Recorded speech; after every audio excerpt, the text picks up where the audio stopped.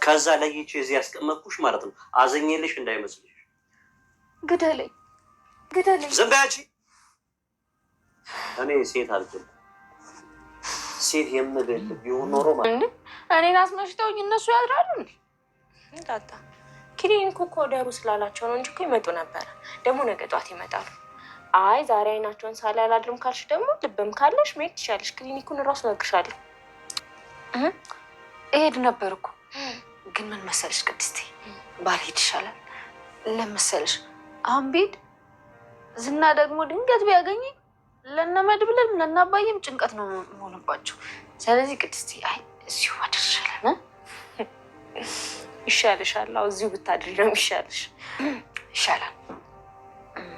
ስሚኝማ ቅመማ፣ በቃ ወጥ አቅምሽኝ እስኪ። ወጡ እኮ ገና አላለቀም ነው። ውሃውን ላቅምስሽ እንዴ? ለሰላምዬ እኮ እኔ ነኝ ወጥ የምቀምስላት። ትንሽ ጨው ጨምሪ እያልኩ ትንሽ ጨምሪ፣ አሁንም ጨምሪ እያልኩ ብታይ በጣም ብዙ ጊዜ ነው የምቀምሰው። እንዴት እንደሚጣፍጥ ዳጣ። አንቺ እኮ ወጡን ብትሰሪው ድስቱ ባዶ ነው የሚወርደው። ከንቱ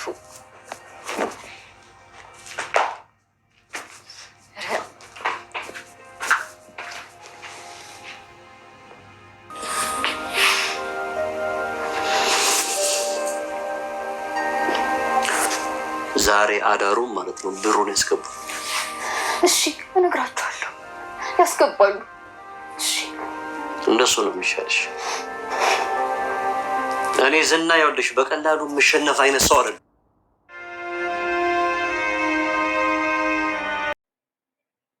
ሰላም ውድና የተከበራችሁ የቻናሌ ቤተሰቦች እንዴት ናችሁ? ደህና ናችሁ? ሁላችሁም በያላችሁበት ሰላማችሁ ይብዛልኝ። ለዚህ ቻናል አዲስ የሆናችሁ ሰብስክራይብ እያደረጋችሁ ነባሮቹን ሀሳብ አስተያየታችሁን እየጻፋችሁ አብራችሁን የምትቆዩ በአክብሮት ጋበዝኳችሁ። ዛሬ ይዤ የመጣሁት ምሳሌ ድራማ ነው። ምሳሌ ድራማ ዋው ብያለሁ።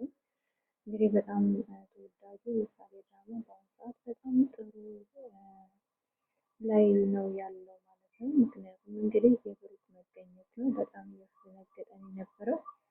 የሞገስ መመታት ነበረ። ነገር ግን ሞገስ እንግዲህ እያገገመ ይገኛል ማለት ነው። በጣም ያስደነገጠኝና ያስፈራኝ የሞገስ መመታት የደም ታይፑ አለመገኘት ነበረ። ግን በጣም በሚገርምና በሚያስደንቅ ሁኔታ ኤፍራታ ጋር ተገኝቷል ማለት ነው። እንግዲህ ኤፍራታ ያው ከሞገስ ጋር ተመሳሳይ ደም አላት። በጣም ደስ የሚለው። በሌላ በኩል የዝና መወራጨት እንግዲህ ምን ብላችሁ ታዩታላችሁ?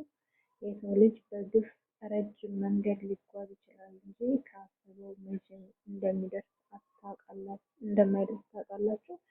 ግፍና የሰው ደም የሰው እንባ ያለበት ሰው ያው መንገዱ አጭር ነው የሚሆነው ማለት ነው። ምክንያቱም ማንም ሰው የሰውን እንባ ይዞ በደስታ መኖር አይችልም። እንግዲህ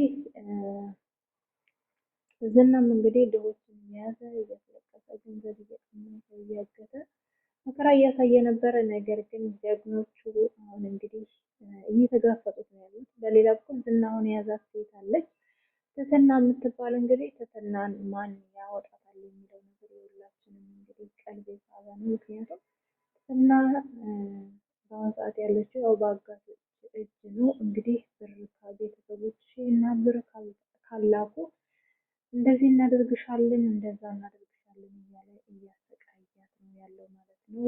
በአሁኑ ሰዓት ሚስቴ ጠፍታለች፣ ምናልባት ወደፊት ሚስቴ ትሆኛለሽ እያላት ነው። ነገር ግን ያው እንደምታውቁት ዝና ሚስት ሲያደርግ ልክ የሚስትነትን ክብር ሰጥቶ ሳይሆን እያሰቃየ እየበደለ እያስለቀሰ በጣም እያሳዘነ ቡጩን እንዳታይ ያወራሽ ሰው ሁሉ ከእሷ ጋር የማገጠ እየመሰለው በጣም መከራ እያሳየ ነው። እንኳን ለዚህ ለትትናና ለሉላም አልሆነ ማለት ነው። ዝና እንግዲህ ትትናን ማን ከነሱ እጅ ሊያስወጣት ይችላል የሚለውን ሁላችንም በቀጣይ አብረን የምናየው ነው የሚሆነው። ውድና የተከበራችሁ የቻናሌ ቤተሰቦች በጣም ደስ የሚለው ነገር ግን የብሩክ ከዛ ከአጋቾች እጅ መውጣትና በጣም ደግሞ ያስደነገጠን ነገር ያው የሞገስ መመታት ነበረ። ነገር ግን ያው ሞገስ በጣም ደም ቢፈሰውም በጣም ደስ በሚል ሁኔታ በአሁኑ ሰዓት በጣም በጥሩ ሁኔታ ላይ ይገኛል። በጣም ደስ ያለኝ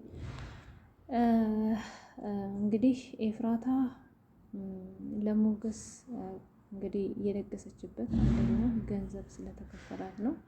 ይሄንን ያደረገችው ደግሞ ማህሌት ናት ማለት ነው። ያው ማህሌት ገንዘብ ካልተከፈለሽ ምንም አይነት ነገር እንዳታደርጊ በማለት ገንዘብ ተቀብላ እንግዲህ ያው ሞገስን ለማትረፍ ችላለች ማለት ነው። ያም ሆነ ይህ ገንዘብን ተቀበለችም አልተቀበለችም ብቻ በጊዜው ደሙ ተገኝቶ ሞገስ መዳኑ በጣም ደስ የሚለው እንግዲህ ዝና እንዳሰበው እንግዲህ ብሩክን አስወግጄ ሞገስንም እንግዲህ ምንም ጓደኛ የለውም፣ ዘመድ የለውም፣ አጋዥ የለውም፣ ወንድም የለውም። እሱንም በአንድ ጊዜ አስፈንጠሬ ጥዬ ሉላን ወደ ራሴ መልሼ እሷን እያሰቃየው እኖራለሁ ነበረ ሀሳቡ። ማህሌትም ደግሞ እንግዲህ የብሩክን ቤት ብሩክ ከተወገደልኝ የእሱን ቤት ከምሳሌ እጅ ላይ እንግዲህ መንጭቄ ወስጄ እዛ ውስጥ እኖራለሁኝ። አልፋ ተርፋ ራሱ ኤፍራታ አንዱን ክፍል ሰጥሽና እዛ ውስጥ አንቺም አግብተሽ ትኖሪያለሽ እያለች እንግዲህ ህልማቸው እንደ ተራራ አብጦ ያው በየቀኑ ስለ ህልማቸው ነበረ የሚያወሩት። ህልማቸው እንግዲህ ህልም እልም ብሎ ቀርቷል። በጣም ነው ደስ የሚለው። እንግዲህ ጀግኖቹና አንበሶቹ መድብል እና ማነው ሞገስ ተዋግተው ብሩክን አውጥተውታል ማለት ነው። አሁን ደግሞ ብሩክ ወጣና ተሻለው ማለት ለሶስት ይሆናሉ። እነኝን አረመኔዎችና የሰው ደም እንደ ውሃ የሚያስቡ ሰዎች ያው ነቃቅለው ይጥሏቸዋል ብዬ አስባለሁ። በጣም ነው ደስ የሚለው። በሌላ በኩል ደግሞ እንግዲህ ማህሌት ያው ፍቅር እያጫወታት ነው በአሁኑ ሰዓት። ብሩክን ይቅርታ መጠየቅ አለብኝ፣ ሌላ ምንም አይነት አማራጭ የለኝም፣ ከብሩክ መራቅ አልችልም፣ ብሩክን አጥቼ መኖር አልችልም፣ ስለዚህ ይቅርታ እንዲያደርግልኝ እያለች ነው እንግዲህ። ብሩክ ይቅርታ አደረገላት ማለት እውነት እኔ ጤነኝነት ነው ብዬ አላስብም። በእርግጥ ብሩክ በጣም የዋህ ነው፣ ሁሉንም ነገር የሚያምን ሰው ነው፣ የበደሉትን ቶሎ የሚያምን ነው። ቢሆንም ግን ያው ሁሉ ነገር ትቶ እንደዚህ ያደርጋል ብዬ አላስብም። ካደረገው ግን በጣም ነው የሚደብረው ማለት ነው። ውድና የተከበራችሁ የቻናሌ ቤተሰቦች እንግዲህ በጣም ከባድ ነው። ብቻ ግን በቀጣይ ምን እንደሚፈጠር ሁላችንም አብረን የምናይ ነው የሚሆነው። በሌላ በኩል እንግዲህ የቅድስት ነገር ነው። ብሩክ እንግዲህ ቅድስትን ትቶ ወደ ማህሌት ተመለሰ ማለት የቅድስት እጣ ፋንታ ሲኦል ነው የሚሆነው ማለት ነው። ምክንያቱም እንግዲህ ማህሌት ተመልሳ መጣ ለብሩክ ሚስት ከሆነች ቅድስትን አንደኛ አለምንም መሳሳት ለመግደል ነው የምትሞክረው። ትገላታለች ብዬ ነው የማስበው። እንግዲህ ብሩክ ይሄ ሁሉ መስዋዕትነት የከፈለችለትን ሴት ትቶ እንግዲህ ወደ ማህሌት ይመለሳል ብዬ አላስብም። በእርግጥ ብሩክ አያደርገውም አሉ። ምክንያቱም በጣም ትልቅ የይቅርታ ልብ ያለው ሰው ነው። እንግዲህ እኛም እንደማያደርገው ተስፋ እናደርጋለን። ያው ቅድስት የሁሉ ነገር መስዋዕትነት ከፍላ ልጁን ይዛ የሁሉ ከእሷ ጋር እየተንከራተተች፣ በዛ ላይ ደግሞ የምሳሌን የአባትነት ጥያቄ አባቴ ያለው መቼ ነው የሚመጣው? ለምንድን ነው ስልክ የማይደውለው?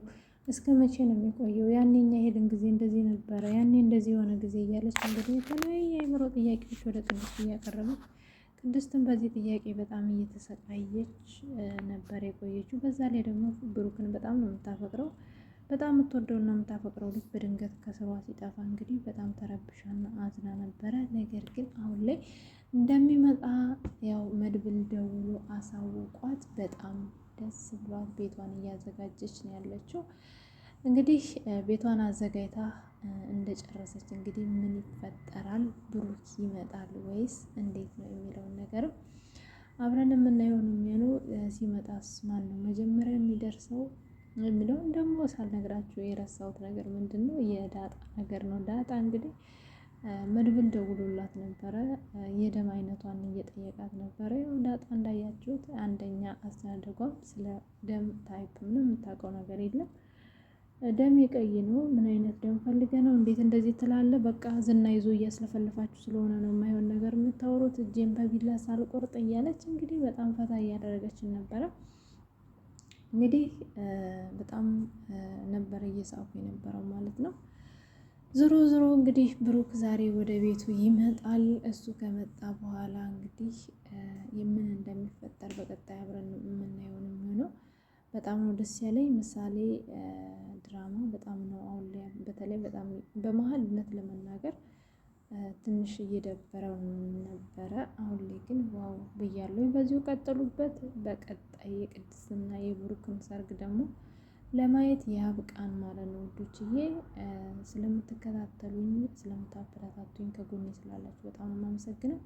ሰላም ነው።